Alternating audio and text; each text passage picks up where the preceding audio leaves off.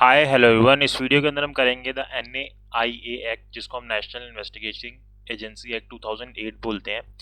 ये एक्ट क्यों बनाया गया था और इस एक्ट के अंदर किस तरीके से इन्वेस्टिगेशन की जाती है वो हमें यहाँ पे बताया गया है। तो ये जो एक्ट है हमें जैसा कि दिख रहा है 2008 के अंदर बनाया गया था, और ये एक ऐसी एजेंसी बनाई गई जो कि नेशनल लेवल पे जो ऑफेंसेस होते हैं, ऐसे ऑफेंसेस जिसके अंदर इंटीग्रिटी ऑफ इंडिया या किसी स्टेट की या किसी पूरे इंडिया की इंटीग्रिटी के ऊपर कोई इफेक्ट हो रहा होता है, तो उसकी जो इन्वेस्टिगेशन होती है वो स्टेट पुलिस को ना देके एक ऐसी एजेंसी बनाई गई जो कि नेशनल लेवल की एजेंसी होती है, जो सेंट्रल गवर्नमेंट के कंट्रोल के अंदर आती है।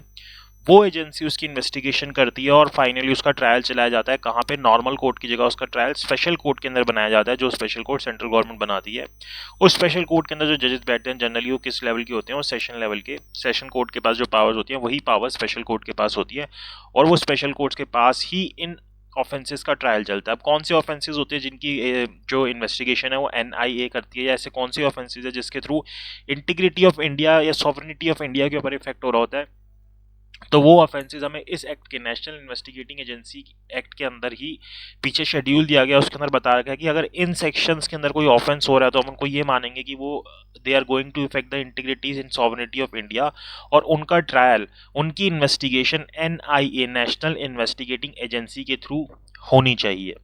अब यहाँ पे NIA के थ्रू किस तरीके से इन्वेस्टिगेशन होती है वो हमें इस एक्ट के अंदर दे रखा है। इसके अंदर टोटल 26 सेक्शंस है, जिसमें से हमारे कुछ सेक्शंस इंपॉर्टेंट है और 5 चैप्टर्स दे रखे हैं।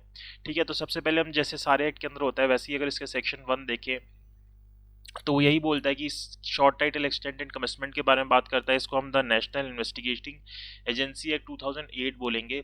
उससे पहले हमें यहाँ पे बता रखा है कि हमने इसको क्यों बनाया। जैसा कि मैंने आपको बताया कि हमने एक इन्वेस्टिगेटिंग एजेंसी कॉन्स्टिट्यूट की है नेशनल लेवल के ऊपर, जो कि क्या करेगी? इन्वेस्टिगेट एंड प्रोसिक्यूट करेगी ऐसे ऑफेंसेस की जो कि sovereignty, security, integrity of India को इफेक्ट कर रहे हैं, या स्टेट या फ्रेंडली रिलेशन हमारे दूसरे स्टेट से इफेक्ट हो रहे हैं।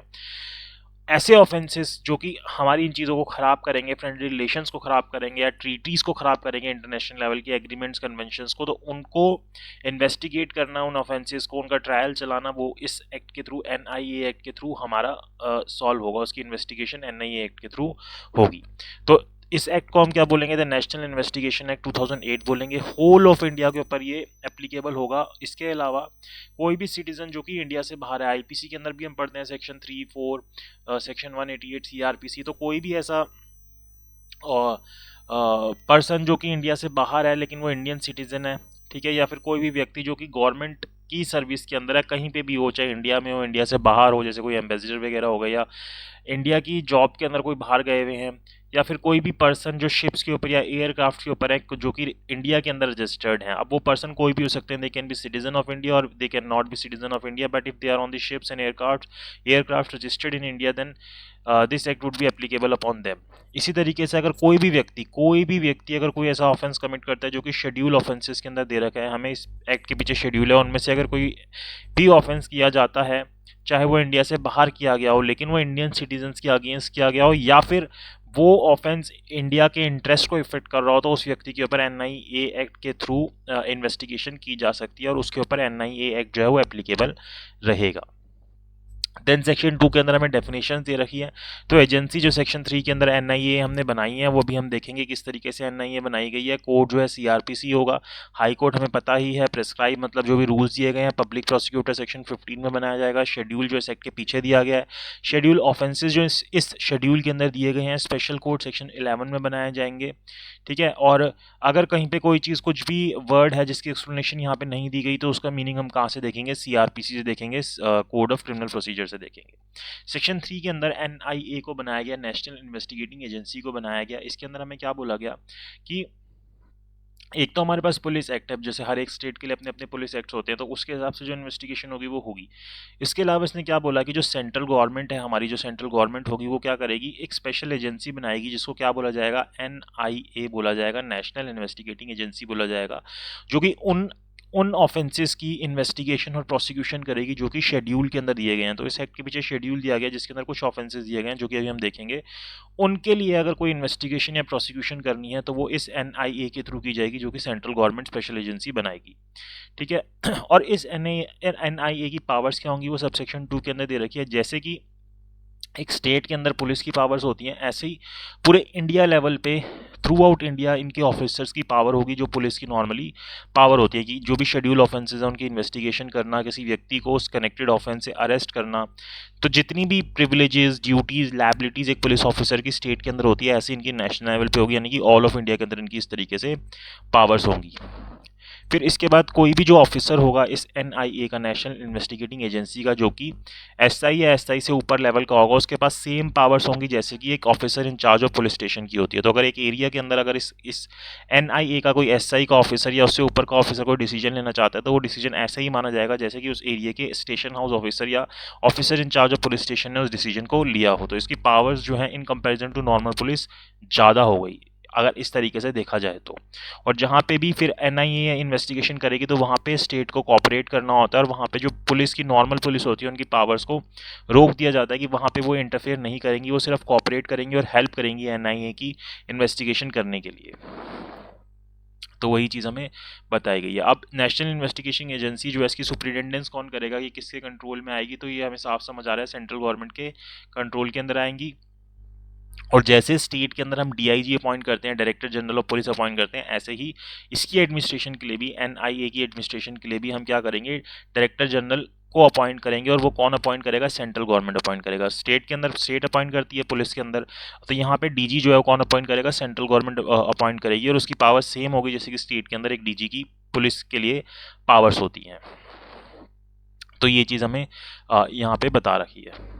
Manner of constitution of agency and condition of service members, इसको आप रीड कर सकते हैं। देन हम आते हैं चैप्टर 3 के ऊपर, जिसके अंदर हमें बताया गया है किसके बारे में, इन्वेस्टिगेशन ऑफ शेड्यूल ऑफेंसेस। तो ये एक प्रोसीजर है, ये इंपॉर्टेंट है सेक्शन 6 की किस तरीके से जो शेड्यूल ऑफेंसेस हैं जो कि इस एक्ट के पीछे दिए गए उनकी इन्वेस्टिगेशन होगी। तो उसकी इन्वेस्टिगेशन किस तरीके से होगी, सबसे पहले कोई भी अगर एक ऑफेंस होगा तो उसकी इन्फॉर्मेशन एक नॉर्मल पुलिस स्टेशन के अंदर ही जाएगी। अब हम तो कोई NIA के पास नहीं जा सकते अगर कोई ऑफेंस हो रहा है। तो यानी कि एक जो CRPC के अंदर सेक्शन 154 के अंदर हमें बता रखा है कि इन्फॉर्मेशन रिसीव करनी है और FIR को रजिस्टर करना है, तो सबसे पहले यही होगा कि पुलिस जो है वो उस इन्फॉर्मेशन को रिसीव करेगी और FIR को रजिस्टर करेगी। फिर जब पुलिस को लगेगा कि ये ऐसे ऑफेंसेज हैं जो कि शेड्यूल ऑफेंसेज हैं, NIA एक्ट के अंदर आ रहे हैं, तो वो क्या करेगी, स्टेट को बताएगी कि हमारे पास इस तरीके का ऑफेंस आया है। लेकिन इस बीच जब तक वो स्टेट को बता रही है तब तक उसकी इन्वेस्टिगेशन की जिम्मेदारी पुलिस की ही होती है। फिर स्टेट ये इन्फॉर्मेशन क्या करेगी, सेंट्रल गवर्नमेंट को भेजेगी, और सेंट्रल गवर्नमेंट के पास 15 दिन का टाइम होता है ये डिसाइड करने का कि क्या ये शेड्यूल ऑफेंसेज में आ रहा है या नहीं आ रहा है, ये जो इन्फॉर्मेशन हमें मिली है। तो अगर सबसेक्शन 4 बोलता है अगर सेंट्रल गवर्नमेंट को लगता है कि हाँ ये फिट केस है जो कि NIA के थ्रू इन्वेस्टिगेट होना चाहिए, तो फिर वो एजेंसी को बोल देती है कि इस केस को आप इन्वेस्टिगेट करोगे। अदरवाइज वो बोल देगी कि जो नॉर्मल पुलिस है वही उसको इन्वेस्टिगेट करेगी। लेकिन इस दौरान जब तक ये सारा प्रोसेस चल रहा होगा उसकी पूरी रिस्पॉन्सिबिलिटी नॉर्मल स्टेट पुलिस के पास ही रहेगी। और अगर मान लो कि पुलिस ने कोई केस रजिस्टर किया और स्टेट गवर्नमेंट को ऐसा नहीं लगा या पुलिस को ऐसा नहीं लगा कि ये इस एक्ट के अंदर आ रहा है, लेकिन सेंट्रल गवर्नमेंट को सुओ मोटो ऐसा लगा कि नहीं नहीं ये तो हमारे NIA के थ्रू इन्वेस्टिगेट होना चाहिए, तो सुओ मोटो भी इसको बोल सकती है कि ये जो केस है इसकी इन्वेस्टिगेशन पुलिस नहीं करेगी, इसकी इन्वेस्टिगेशन नेशनल इन्वेस्टिगेटिंग एजेंसी करेगी। तो इस तरीके की चीज़ भी हो सकती है।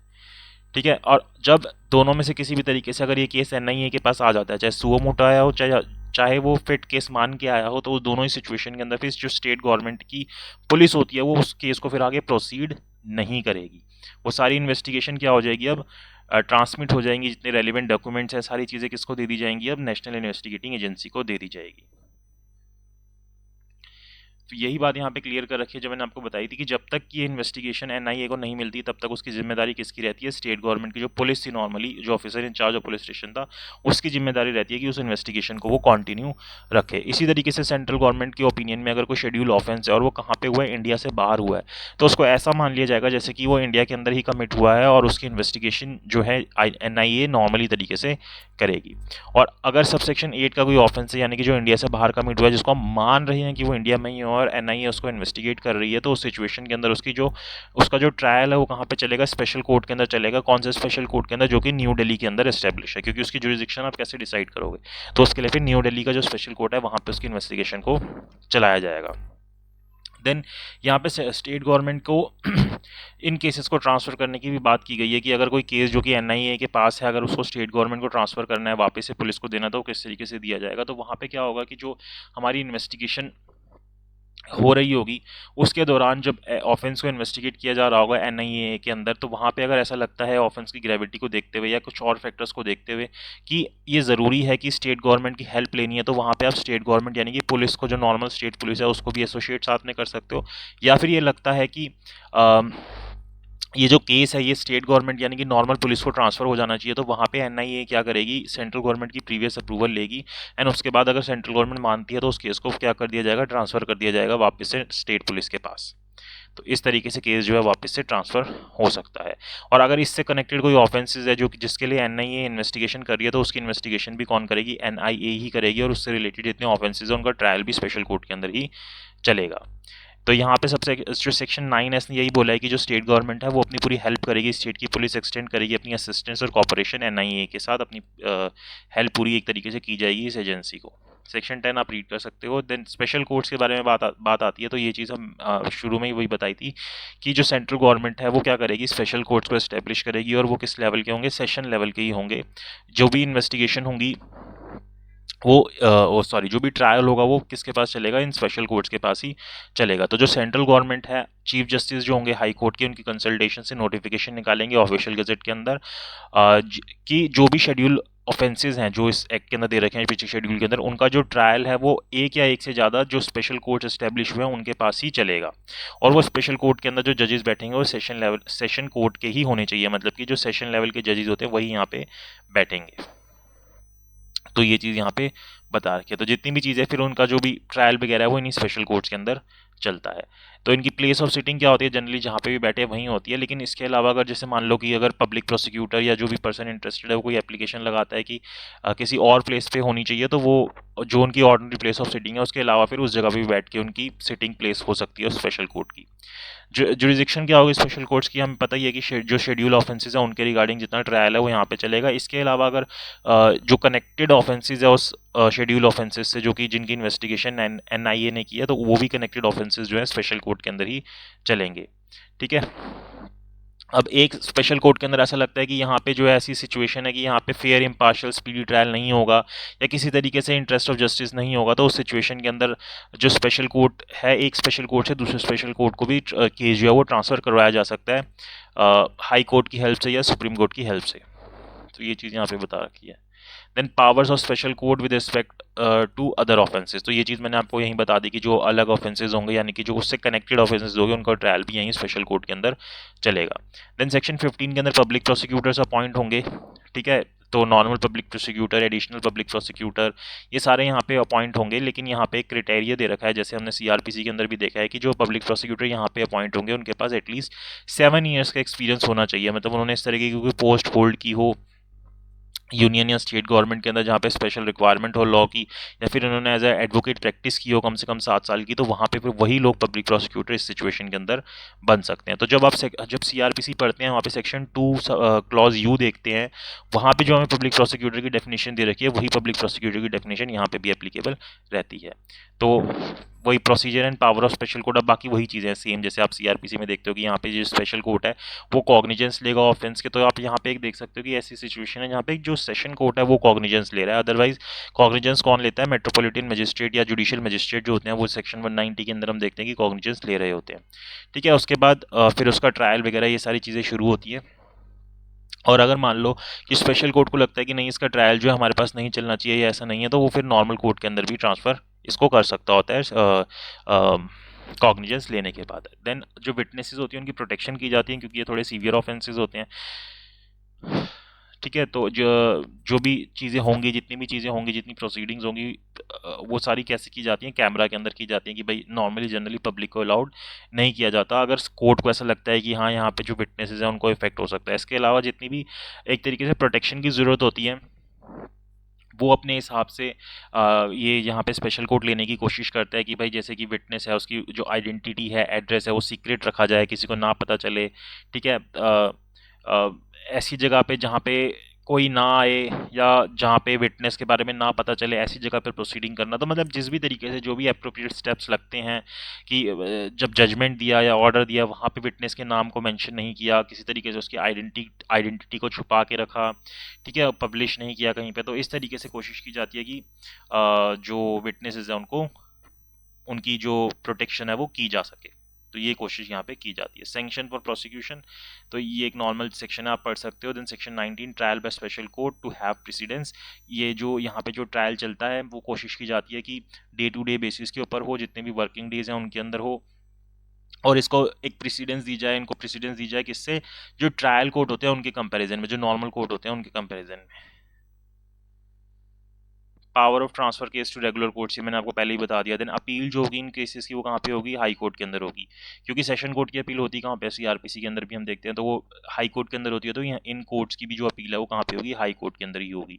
तो जो भी अपील होगी, जो भी इन कोर्ट्स के अगेंस्ट अपील की जाएगी वो हाई कोर्ट के अंदर, वो 2 जजेस बेंच हमेशा सुनेंगे उसको, जितनी भी हाई कोर्ट के अंदर अपील की जाएगी। और कोशिश की जाएगी हाई कोर्ट के थ्रू कि जो भी अपील है इसकी, जिस भी दिन एडमिट हुई है उसके 3 महीने के अंदर अंदर उसको ख़त्म किया जाए, which is practically not possible. तो ये चीज़ यहाँ पे बता रखी है, ठीक है। Power of high court to make rules, की हाई कोर्ट जो है उसके रिगार्डिंग रूल्स बनाएंगे, डिफिकल्टीज हैं कोई रिमूव कर सकते हैं, और सेंट्रल गवर्नमेंट भी रूल्स बना सकती है ऑफिशियल गजट के अंदर नोटिफिकेशन लगा के, और ये लेइंग ऑफ रूल्स की जो भी रूल्स बनेंगे वो सेंट्रल गवर्नमेंट जो पार्लियामेंट के अंदर रखेगी, वो सारी चीज़ यहाँ पे बता रखी है। बस यही चीज़ है। तो मेन हमें ये समझना था कि, और ये शेड्यूल ऑफेंसेज हैं आपके जो बता रखे थे कि एटॉमिक एनर्जी एक्ट के अंदर हो रहा है, एक्सप्लोजिव सब्सटेंस एक्ट के अंदर हो रहा है, अनलॉफुल एक्टिविटीज प्रिवेंशन एक्ट के अंदर, एंटी हाईजैकिंग एक्ट। तो ये जितने भी एक्ट हैं, आईपीसी के जो ऑफेंसेज हो गए चैप्टर 6 के, जो आप देखते हो सेक्शन 121 से 130 के अंदर, 370 ए का जो ऑफेंस हो गया, 489 ए टू 489 ई के ऑफेंस हो गए, सेक्शन 25 आर्म्स एक्ट का हो गया, section 66 F information technology act का हो गया। तो ये सारे जो है एनएआई के अंदर शेड्यूल ऑफेंसेस माने जाते हैं। इनकी इन्वेस्टिगेशन जो होती है वो नेशनल इन्वेस्टिगेटिंग एजेंसी करती है। तो ये चीज़ यहाँ पे होगी। तो मेनली हमें देखना था कि क्या प्रोसीजर है और किस तरीके से ये एस्टेब्लिश होती है और क्या स्पेशल कोर्ट्स होते हैं। ये 3 चीज़ें जो है हमारी इसके अंदर सबसे इंपॉर्टेंट थी। तो आई होप आपको समझ आया कि किस तरीके से एनआईए जो है वो काम करती है और ये होती क्या है। सो अगर आपको वीडियो अच्छी लगी तो please like share and subscribe जरूर कीजिएगा। Thank you so much for watching.